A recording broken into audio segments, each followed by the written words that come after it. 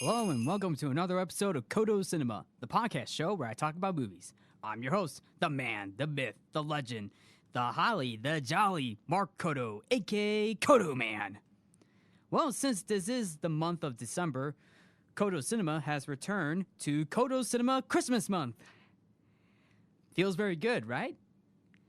Anyway, we got a lot of Christmas films that came out around Christmas time. You know, like such holiday classics like It's a Wonderful Life, A Christmas Story, Home Alone, National Lampoon's. Wait a minute, Home Alone. I thought the original Home Alone was pretty good. What am I hearing? I'm hearing about more Home Alone films. I mean, I wasn't expecting more Home Alone films. Well, yes, I mentioned the first two Home Alone films in earlier episodes, but why am I hearing another one? Oh, wait a minute. I get it now. This Home Alone film is a Christmas film that I want to talk about when kicking off Codo Cinema Christmas Month because, unfortunately, this Home Alone film that I recently saw is a Christmas film that is on my naughty list. A Christmas film is a prime example of an ain't broke, don't fix it. Otherwise, this film is already getting a lump of coal for Christmas.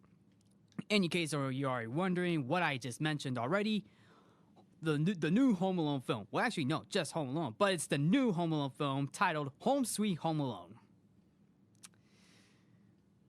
Oh, man. The Home Alone reboot, or should I say Home Sweet Home Alone, whatever that name is, was announced back in August of 2019, prior to the Disney and Fox acquisition. And a lot of people didn't want to see a Home Alone reboot because nobody asked for a reboot. Not even the fans of Home Alone.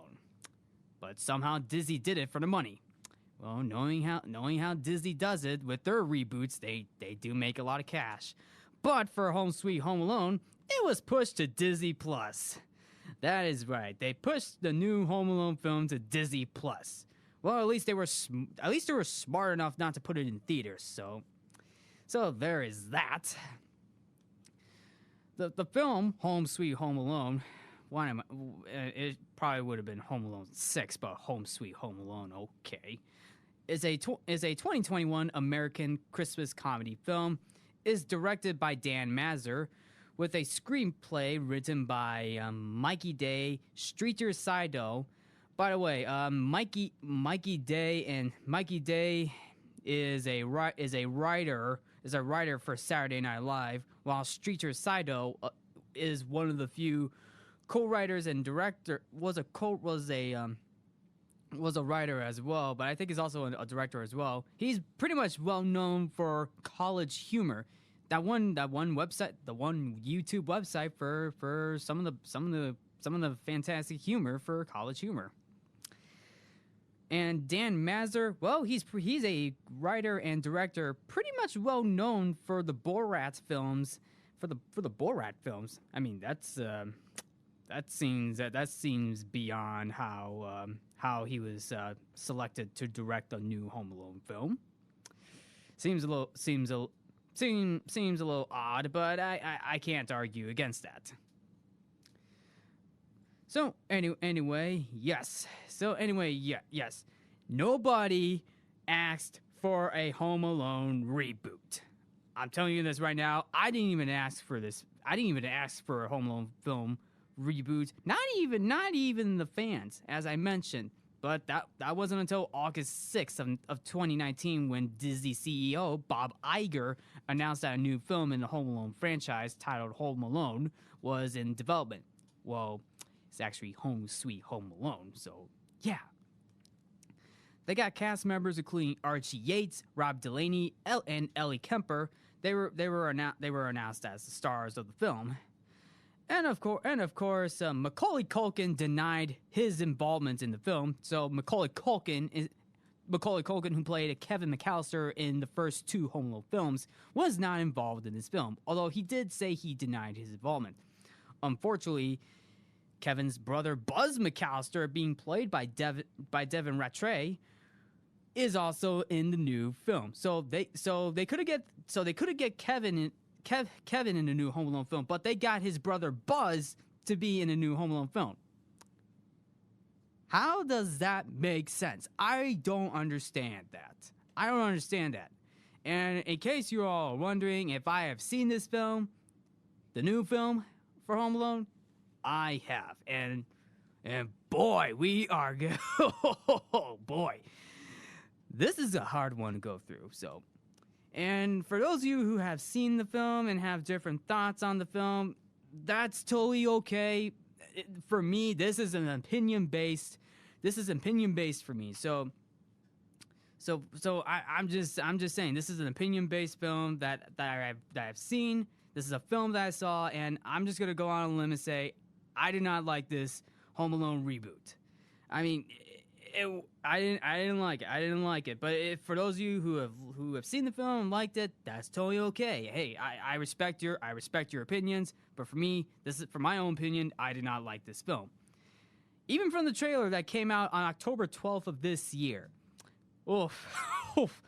The trailer came out on YouTube. 79,000 dislikes on YouTube. Unfortunately, YouTube disabled the dislike button for more likes and dislikes for this Home Alone trailer that came out in October of this year. So, yeah, that is definitely something.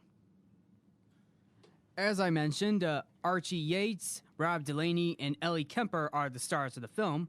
Archie Yates, who is very well known for his role in Jojo Rabbit, for those of you who don't know, Archie Yates played Yorkie in Jojo Rabbit. Now he's playing a character named Max Mercer, who unfortunately is basically the quote-unquote Kevin McAllister of this new Home Alone film.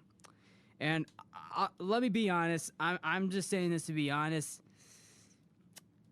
I did not like this character. I can't blame the actor for this, but the character, I did not like this character as much.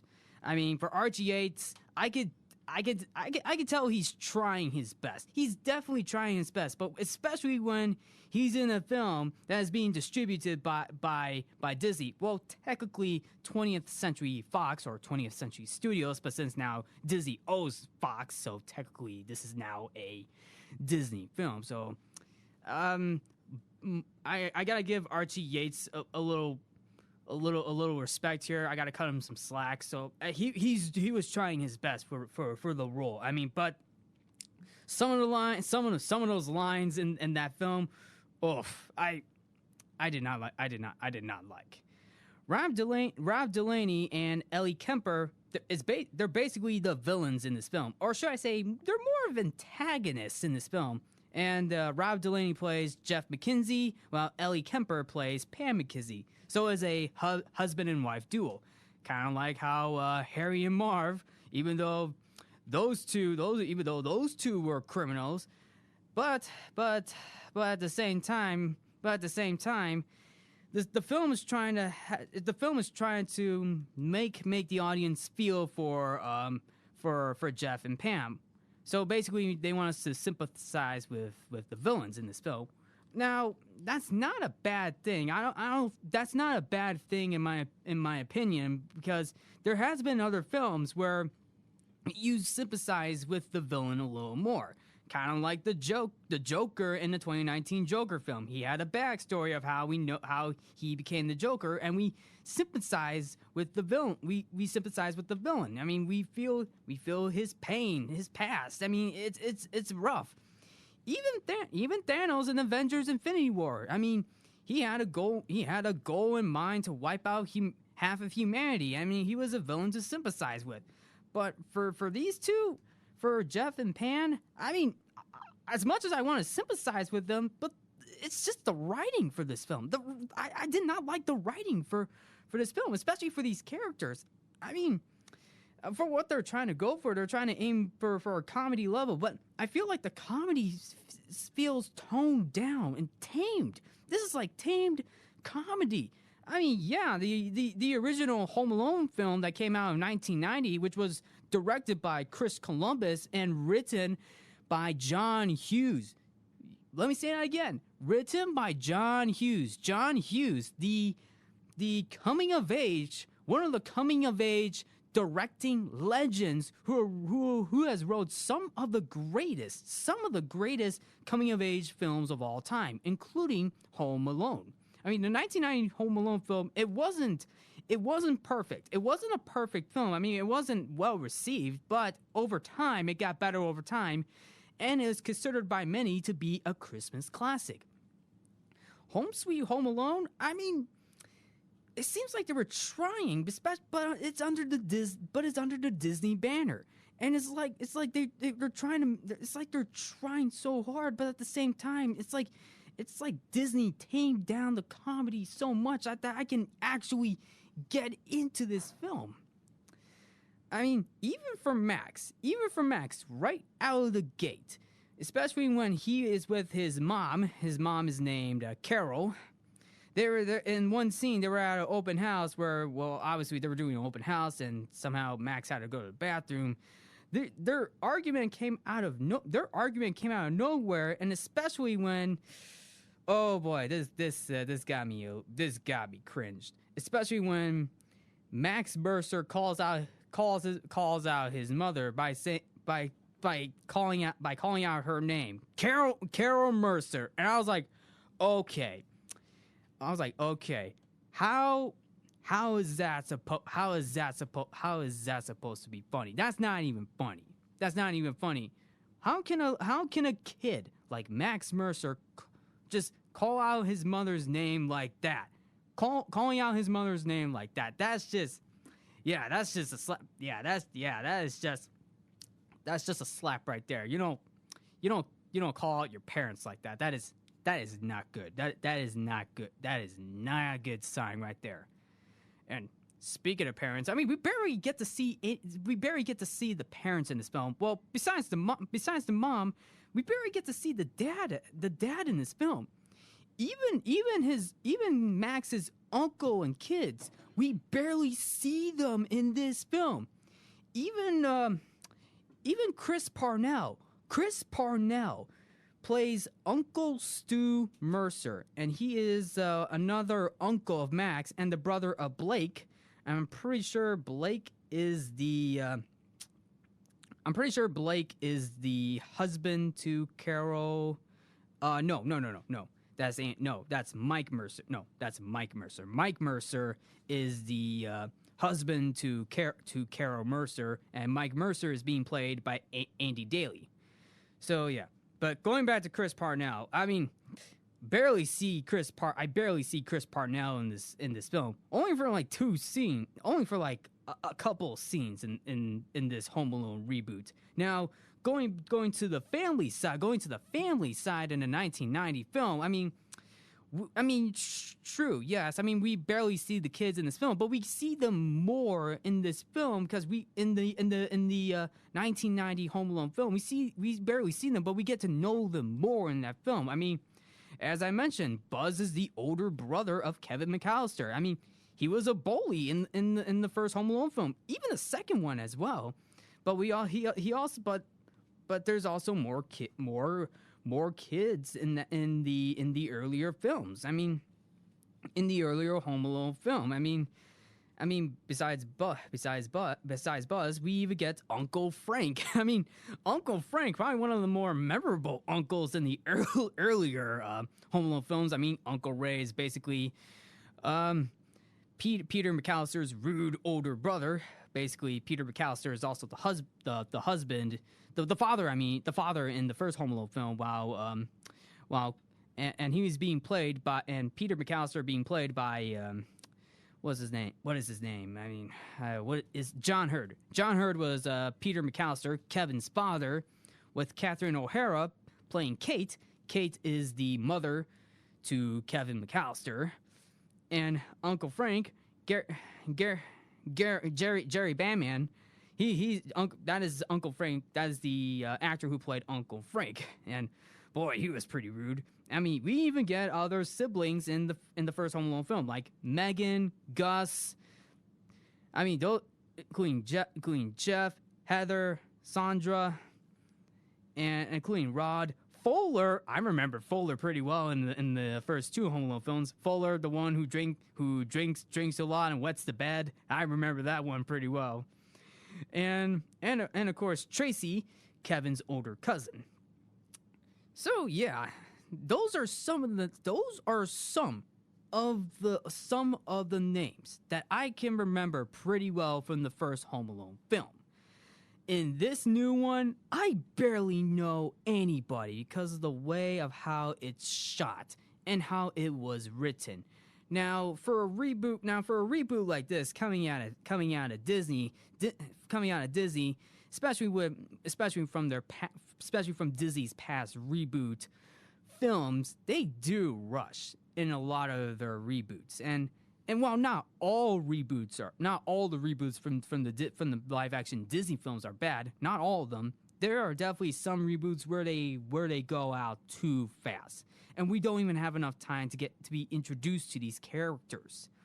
I mean, especially when going into the scene where Max's family are going to Japan for Christmas, and yes, that's where they go. They go to Japan. While in the first Home Alone film, they go to Paris.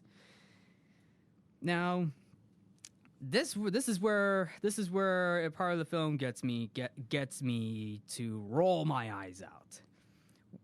The way how they left Max. Max somehow sleeps in one of their cars in the garage watching a Looney Tunes cartoon, and somehow the family doesn't even know. The family doesn't even know that Max was inside one of their cars in the garage watching a Looney Tunes cartoon while they're all having pizza for dinner. That was the night before. Now, that was the night before. Going back to the original Home Alone, yes, the original Home Alone had pizza, but it also went into chaos when Kevin was finding his older brother Buzz, because Buzz ate his cheese pizza because Kevin McAllister likes cheese pizza. And somehow, yeah, Kevin fights Buzz, but then as Kevin tries to explain to his mom what happened, Uncle Frank just goes out and says, "Look what you did, you little jerk!" Yep. Because technically, if this is like a thing called basically Kevin, who's basically the youngest child in the family, technically he's the youngest child in the family, he does get all the blame. To which I know that's basically one of those family things where sometimes the younger child gets the blame. Now, not always, but in the original Home Alone film, that's what Kevin did. He got all the blame. But for Max, how can I sympathize with Max? Max Mercer in the new Home Alone film. He's more of a jerk in the film. He's more of a jerk in the film compared to what I saw in the trailer. Because in the trailer, it almost looks like a rehash of what the original Home Alone film was going to be. Because in the trailer, it's like a rehash of what the original trailer, or should I say, the original film had, where Max has where Kevin has the traps all set up to fight off the burglars. Basically, the burglars in the original Home Alone film was Harry and Marv. Harry was played by Joe Pesci, while Daniel Stern plays Marv. And that was basically the film. Now in the reboot, it's basically Jeff and Pam. But oh man, those villains feel toned down. It almost like I want to side with the villains in this film, but at the same time, how can I side with anybody with how bad the writing is? Like the writing, I did not like the writing in this film. So anyway, obviously, going back to Max Mercer, Max is more of a jerk in this film, and selfish as well. Yeah, you could definitely argue that Kevin McAllister was a jerk and selfish as well, but at the same time, you understand Kevin a little more in the first Home Alone film compared to Max in this reboot. And here's why.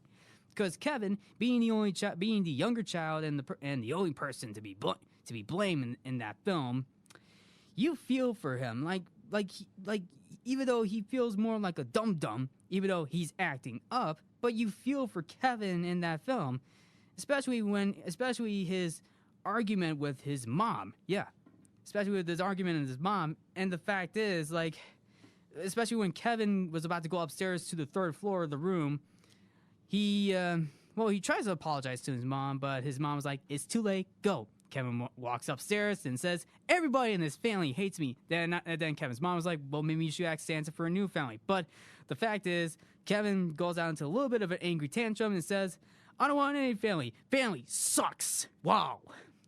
There's something you don't hear every day from a child in an early '90s film. But then the final nail in the coffin for Kevin, between the conversation between Kevin and his mother, was that Kevin doesn't want to see his mom or anybody else, and then the argument ends of, you'll probably be upset that you won't be able to see your family anymore. Well, yeah, that's like, wow, that's pretty brutal. Like, yeah, that's pretty brutal, especially when how Kevin was basically, that's brutal. And then obviously the next morning, everybody leaves for the airport to go to Paris, and then Kevin wakes up realizing that they don't even know that I'm here.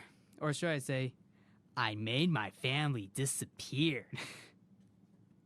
And that's where Kevin McAllister was having a lot of fun, since this is his first day being home alone. Yep, that's right, because he's free. He's home alone. Now he gets to do whatever he wants. But going to the reboot. All right, let's go to the reboot. Max wakes up and then realizes that nobody's home. He even calls out his mom, including his dad and his uncle Blake. Yeah, and he's wondering where everybody went. And then this is where this part comes in. They don't even know I'm here. So kind of similar to what Kevin McAllister is doing, but now this is where you kind of get the idea where, okay, yes, they kind of rehashed this. No, not kind of. They rehashed that part. Especially in the moment where there was this one moment where Max is having a huge pile of M&Ms and wearing what looks to be a messed up tuxedo outfit without the tie. Reminds me of Tony Montana from Scarface, where Tony Montana, Al Pacino's character, was in a messed up tuxedo outfit and snorting up the cocaine. That was basically the scene in this reboot, where Max Mercer looks like wearing a messed up tuxedo with a pile of M&Ms, what looks to be like M&Ms, eats up M&Ms, similar to how Tony Montana snorts up the cocaine. And that part, I was like, you gotta be kidding me. I don't know. I don't know. It's just, oh boy. I believe I came to a point where Disney is running out of ideas to write something new. Yep. Okay. But at least for Kevin, he was having a lot of fun with it. Especially when he was watching a film called Angels with Filthy Souls. I always crack up on that part, especially when he was eating ice cream, or should I say, Hey, boss, I'm eating junk and watching rubbish. You better come on and stop me. You see, I mean, yeah, these are some of the that moment like that, it's pretty memorable in the first Home Alone film.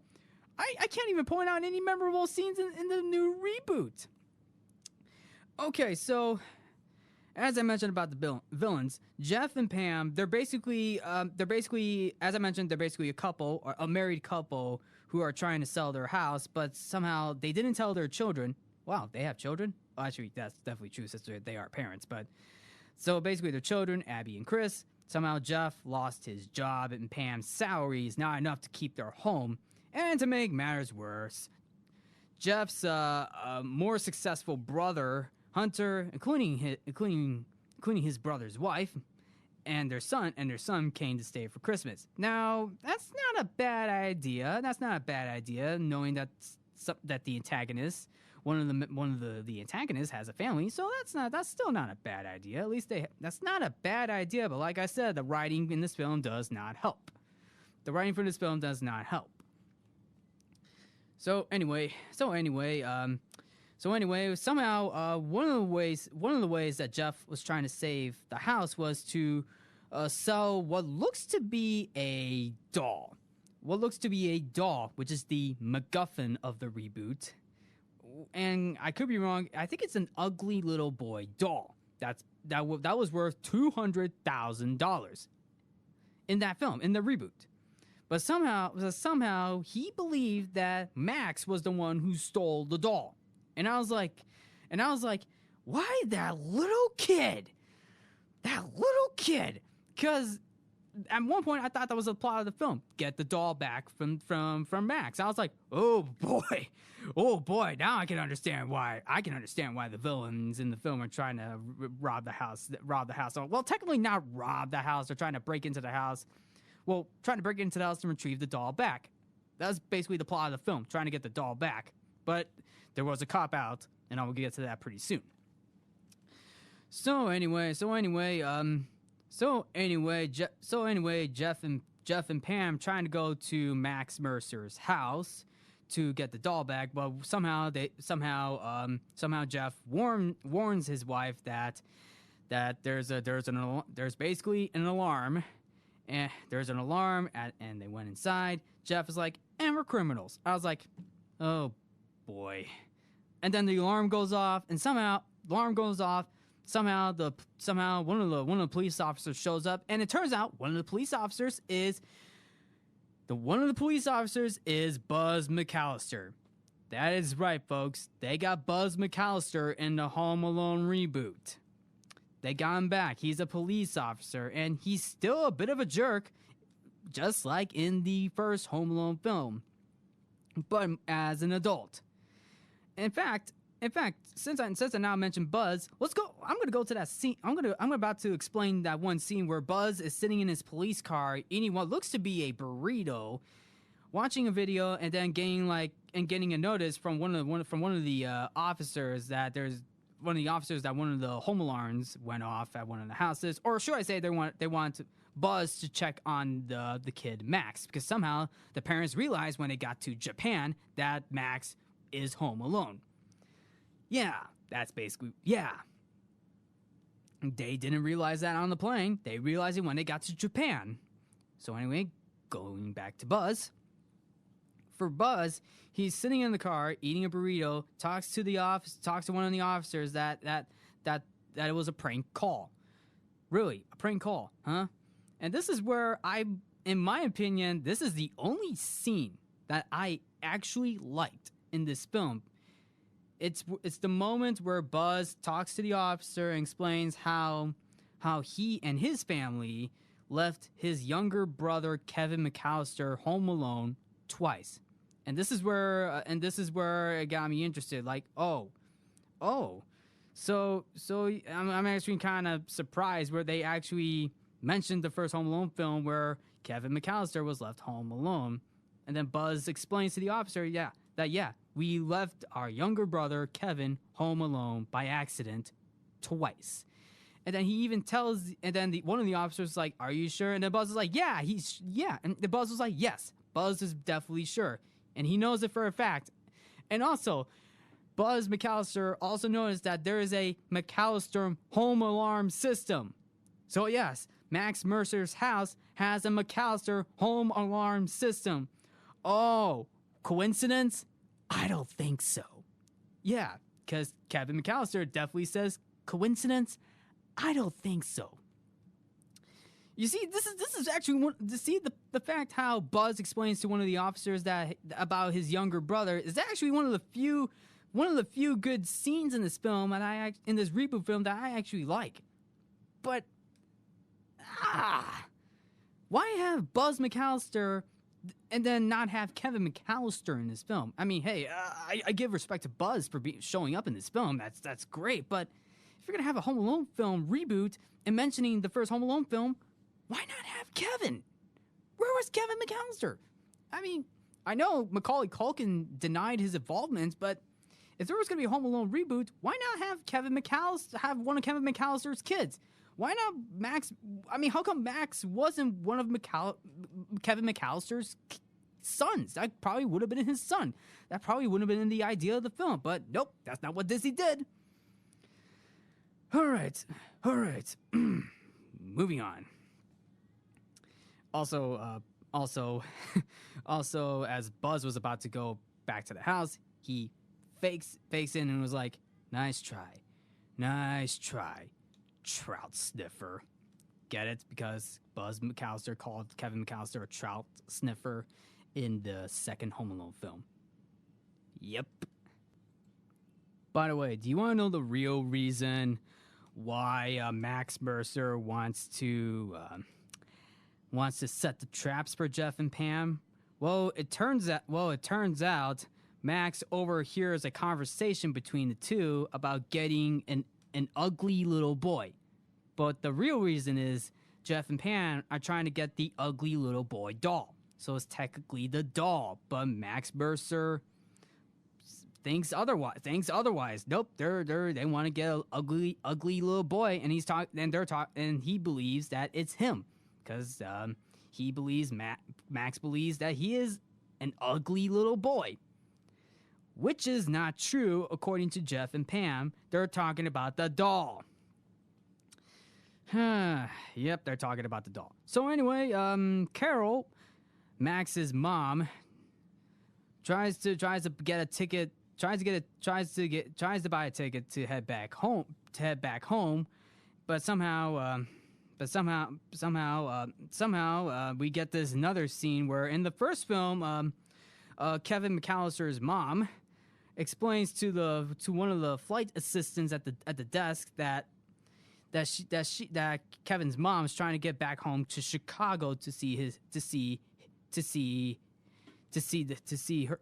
Kevin McAllister, the son. And in this scene where Carol explains why I'm trying to get home to my son. He's trying to get home to my son. Here, the way how they play this out in the reboot, to me, it sounds so underplay. It's very underplay. Underplay. Oh man. Underplay and underacted. I'm sorry. That's how I saw it. In the 1990 film, I felt for Catherine O'Hara's character in that scene of explaining why she's trying to get back home to Kevin McAllister, her 8-year-old son. Yeah, exactly. Trying to get back home to her son. And the way how she explained it is that she's been flying from Chicago to Paris to Dallas to wherever the heck she was. She was in Scranton. She ended up in Scranton, but thankful, and she was tired, angry, and desperate to get back home to Kevin McAllister, the son. Exactly. Even if she even has to sell her soul to the devil himself. She says that in the 1990 film as very desperate to the flight attendant. But thankfully, John Candy was able to help her out by renting a truck to go to Chicago. Well, actually, they were traveling to Milwaukee, but since Chicago to Milwaukee is on the way, that makes sense. Hey, at least Kevin's mom got the help for that. As for Carol, feels underplay. At least she was able to get a flight, so that's actually pretty good.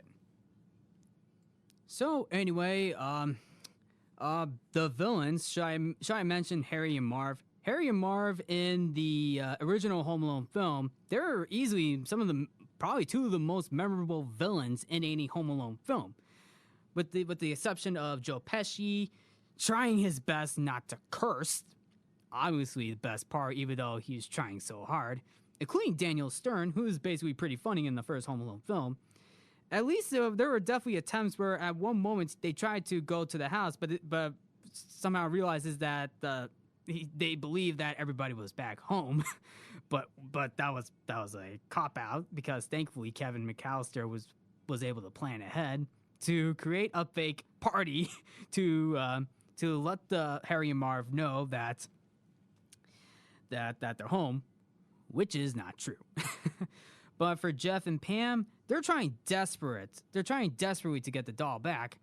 Even at one point, they accidentally robbed the wrong house. They almost robbed the wrong house, and that's where one of their real estate, I think it's a real estate agent. Yeah, a real estate agent. That's one of the real estate agent's house, and that real estate agent is named Gavin Washington, and he's being played by Kean Thompson. And yes, Kean Thompson is in the Home Alone reboot. And I don't know how Disney got him for this film.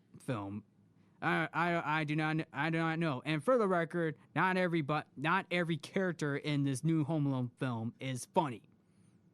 It's not even funny because of the writing. I did not like the writing for this film. Feels like the comedy is so tamed in the reboot compared to what the first Home Alone film was like. So anyway,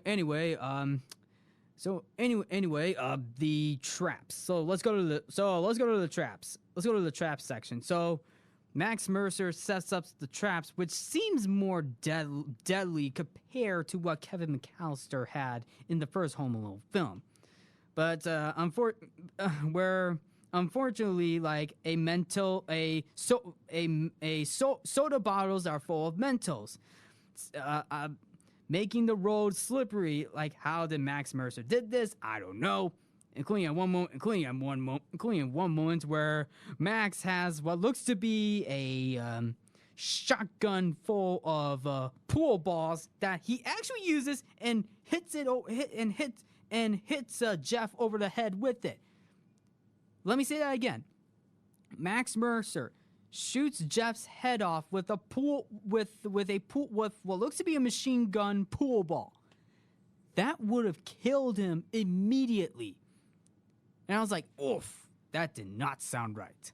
And this is probably one of the few moments where I accidentally giggled a bit, is when Jeff believes he's at the Grand Canyon, but he does realize that Max put a what looks to be one of those like Oculus, one of those weird virtual Oculus goggles or something. I don't remember. I forgot what it was.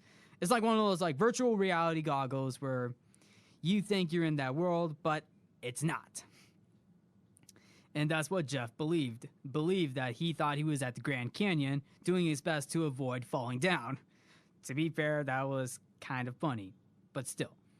Anyway, even for Pan, she even, oh man, she literally gets, oh man. She at one point gets her shoes burnt. She even gets blasted by soda bottles full of Mentos that Max puts in. Even she tries to explain to Max, like, can you please stop with the traps? Let's just talk about this. Yeah, let's talk about it because Pam and Jeff are trying to get the doll back. But no, Max believes that they're going after Max because because Max believes that Max is the ugly little boy, which is not true. So anyway, yeah. Also, Legos. She even stepped on Legos at one point. To be fair, Legos can be painful. Yeah, she stepped on them, very painful. But also, she even gets she even get nerfed in the face by a bunch of Nerf bullets because Max has 2 Nerf guns that look like Nerf machine guns, including a treadmill with a bouncy ball and weights. Until then, even for Jeff, he almost gets killed by icicles. Man, even the traps in this film feels almost murderous. Like Max is trying to murder them. Max is trying to murder Jeff and Pan for trying to get the doll back. Unlike in the first Home Alone film, we know why Kevin's got the traps already. I mean, the paint cans, the blowtorch. I mean, the iced steps, the tar, the nail. By the way, Jeff got his finger pricked by a thumbnail because he was putting in the code. Little callback to how Marv stepped on a nail on the stairs in the basement. So yeah.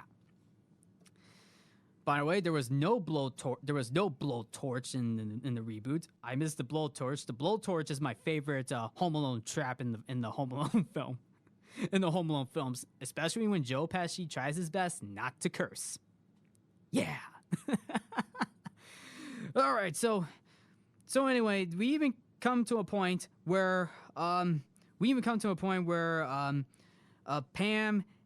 and Jeff have Max Mercer cornered. Like, they trying to explain why they came to the house. All they want was to get the doll, but somehow Max doesn't have the doll.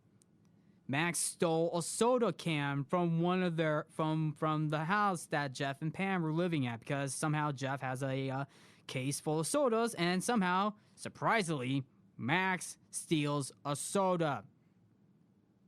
Wow. Like, at one point, I thought they were going to go for the doll. I was like, why that little brat?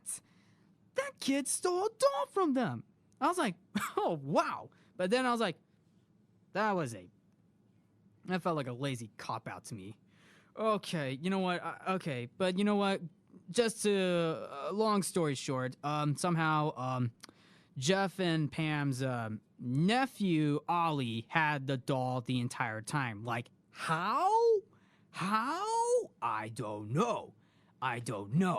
But somehow, Jeff and Pam realized that, yeah, Max is alone, but they were actually able to take care of him for a little bit just before Max's mom comes home. So I thought that was a nice little moment too. Like, yeah, hey, you realize that what they were doing was wrong. Yes, what they did was wrong, and now they realize that. So yeah, that's what they realized what was wrong. But how can I sympathize? Like I said, how can I sympathize with this film with the quality of the writing?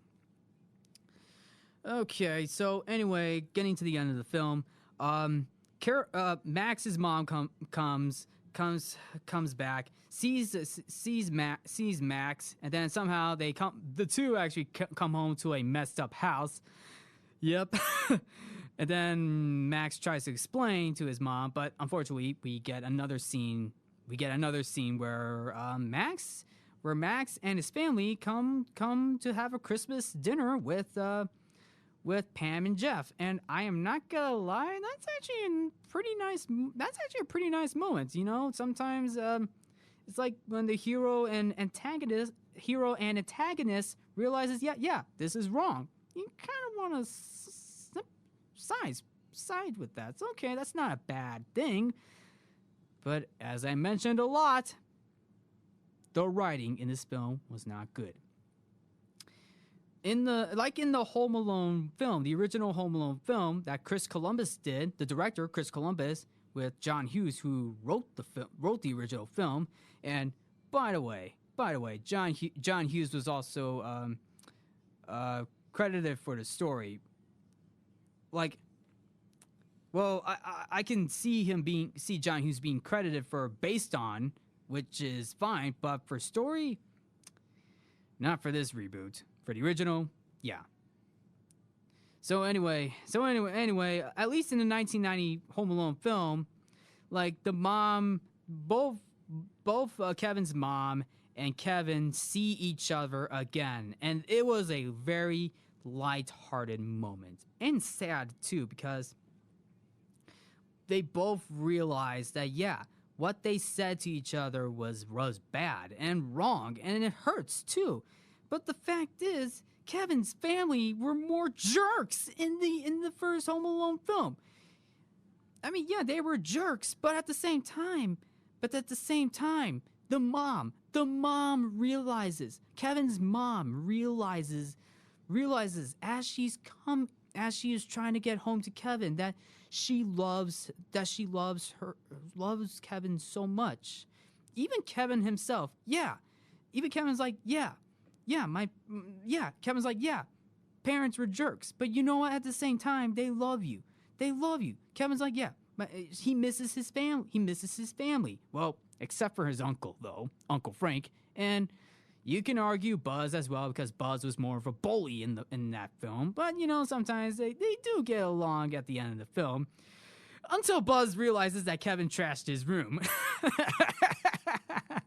Yeah, Buzz realizes that. And then Kevin completely forgot about that. That was actually pretty hilarious in that film. But yeah. I mean, here's the thing. I get more sympathy for Kevin in the first Home Alone film than with Max in this reboot. So yeah, and to end this off, in the reboot, and this takes place. The end of the film takes place 1 year later, where the Mercers and the McKinseys have Christmas dinner together with Jeff, having gotten a new job, and Willie gives Max the soda he craved the year prior. Technically, the soda that Max stole from them the year prior. And the film ends like that. Wow. Like I said, if you like this film, if you like the reboot, I understand that. But in my opinion, this is just my opinion. I did not like this film. I didn't enjoy this film. Yeah, there were definitely at least one or two moments where I can get around, it, but the writing for this film did not hold up. The writing did not save this reboot. It just didn't. And like I said, nobody asked for a Home Alone reboot.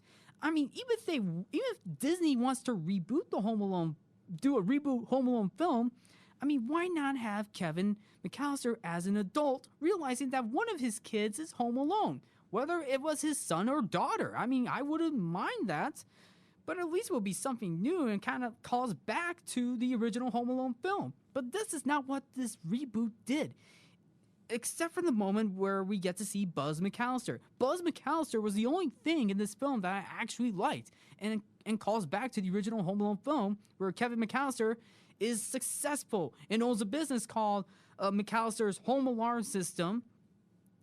And also, we don't even hear the theme song as much. I mean, the Home Alone theme. I mean, we only hear that once when Buzz was talking to one of the officers of how he and his family accidentally left his brother home alone. And for the record, the Home Alone theme, being written by John Williams, is so memorable. It's a memorable theme, a musical theme score.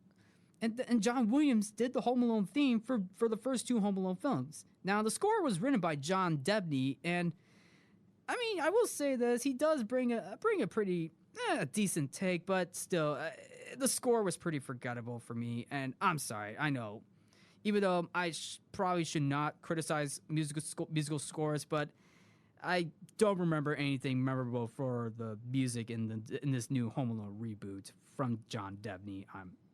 I'm sorry. But anyway, I will say this. I mean, hey, as much as the actors tried their best in this film, the characters, I did not like any of these characters. As much as I want to sympathize with the characters, it just didn't hit me pretty well. So, yep.